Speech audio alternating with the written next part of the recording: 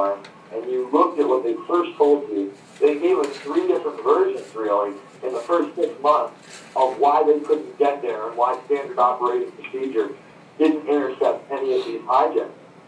And it wasn't until late August of 2006 that we were actually the first, pretty much independent researchers to obtain the NORAD tapes. And there's 30-plus hours on these things. You go through them and you find out, oh my God, these guys were running drills of hijacked airplanes hitting buildings at the same exact time, and that they were following Phantom or mock hijacks at the same exact time, and that they thought they had hijacks out of Canada, Alaska. They thought there was a bomb on Delta 1989. They couldn't get clearance to shoot anything down.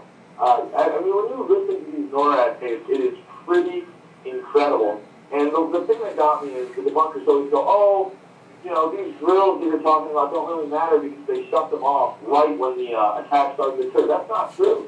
I mean, if you listen to these things, and I play one of the clips in Fabled Enemies, they weren't able to shut these drills down until about 20 minutes after Flight 93 had gone down, and they had to call into Cheyenne Mountain several times to try to stop these phantoms or blips from showing up on the radar.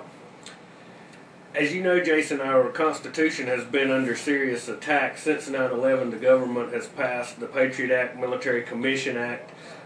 What is your view of the state of our civil liberties right now here in America?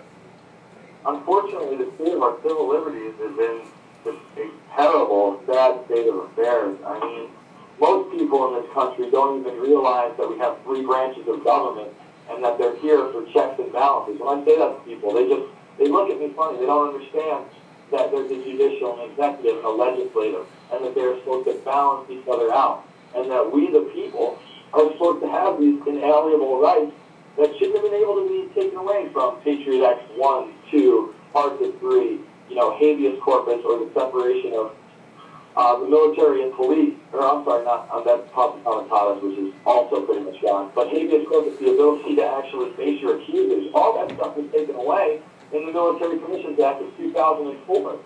And one of the things in the Military Commissions Act of 2004 people don't know is that Bush actually put a provision in there for him and his administration that they would be exonerated of all war crimes on and after 9/11/2001. Well, why pick that date if you don't have anything to do with it?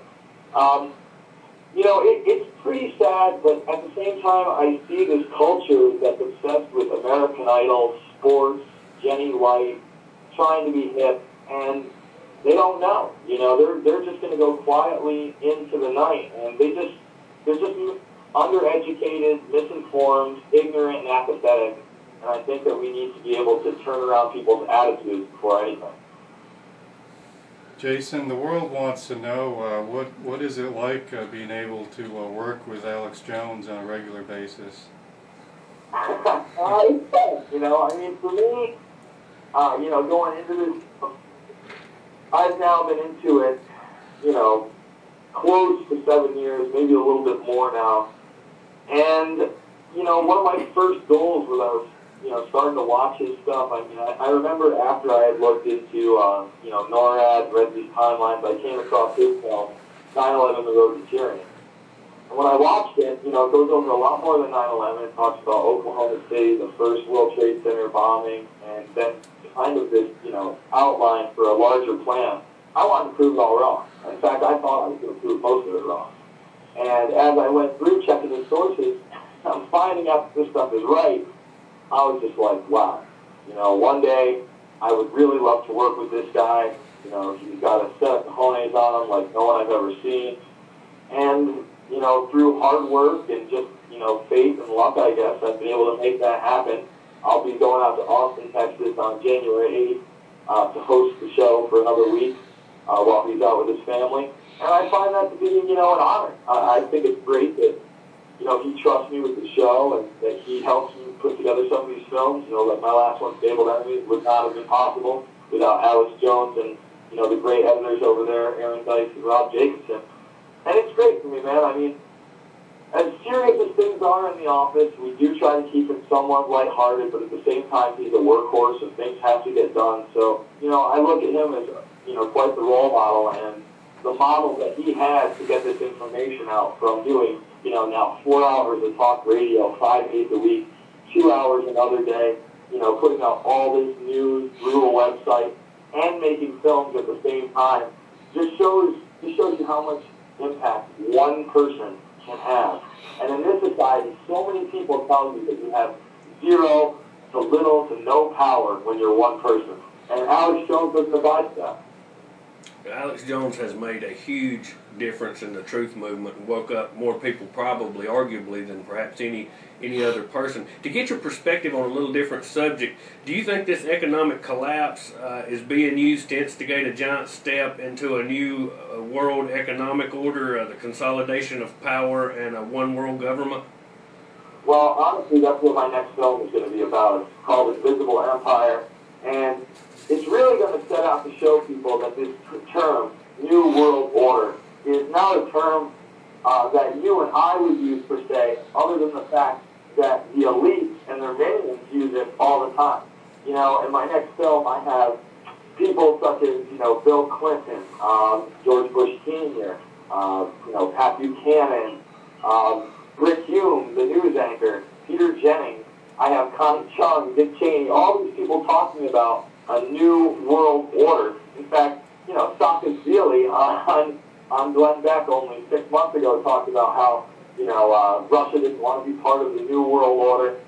So first I want to make that step and show people, the new world order is this idea, it's real, it is a consolidation of power that people like Gordon Brown, the head of the UK, are into, that people like David Rockefeller are behind. And there is no doubt that this bailout, this consolidation of power, this, banker cartel, basically, we gave this banking cartel money that's printed out of nowhere for them to buy up infrastructure, because they're not going to, and haven't been, loaning it back to the people. So, yes, I do believe that this is another step into an economic one world order. I think that they're trying to incrementally put together the North American Union here at home. That's us, Canada, and Mexico. Once they're able to achieve that and put us under a common currency, much like the euro in Europe, that'll just be another step into this one world economic order. Something I've always wanted to ask you, how did the title for Loose Change come about? How did y'all decide for that to be the title? And did you ever have a clue that it would have as big an impact worldwide as it has had? Well, the title for Loose Change is actually, it represents the fact that this information was out there, aka the change was loose. In other words, even if loose change didn't come around, this stuff was going to be out there. And then the other thing is that, this causes a loose change in somebody's mind.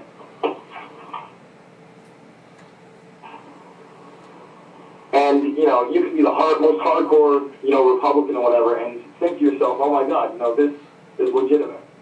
So, for me, it's just another way, for people to realize that, you do have power, you can make a difference. And, it's just that simple. The change is loose. Whether or not we existed, people were going to catch on to this. They can't hide it forever. And that's a key point, Jason, that you're discussing here. I mean, like Farron and I here, we're just a couple regular guys. We didn't go to journalism school or anything. And here, we started March 1st, and here we are, 9 months later, we're on the radio. We have, 200 and something videos on our YouTube page. We've had 37,000 hits. I mean, anyone that desires to make a change in this world can, without a doubt. We started the North Carolina chapter of We Are Change, as you well know, inspired by Luke. Mm-hmm. Jason, recently I believe you were in Denver for a showing of Fabled Enemies, is that correct?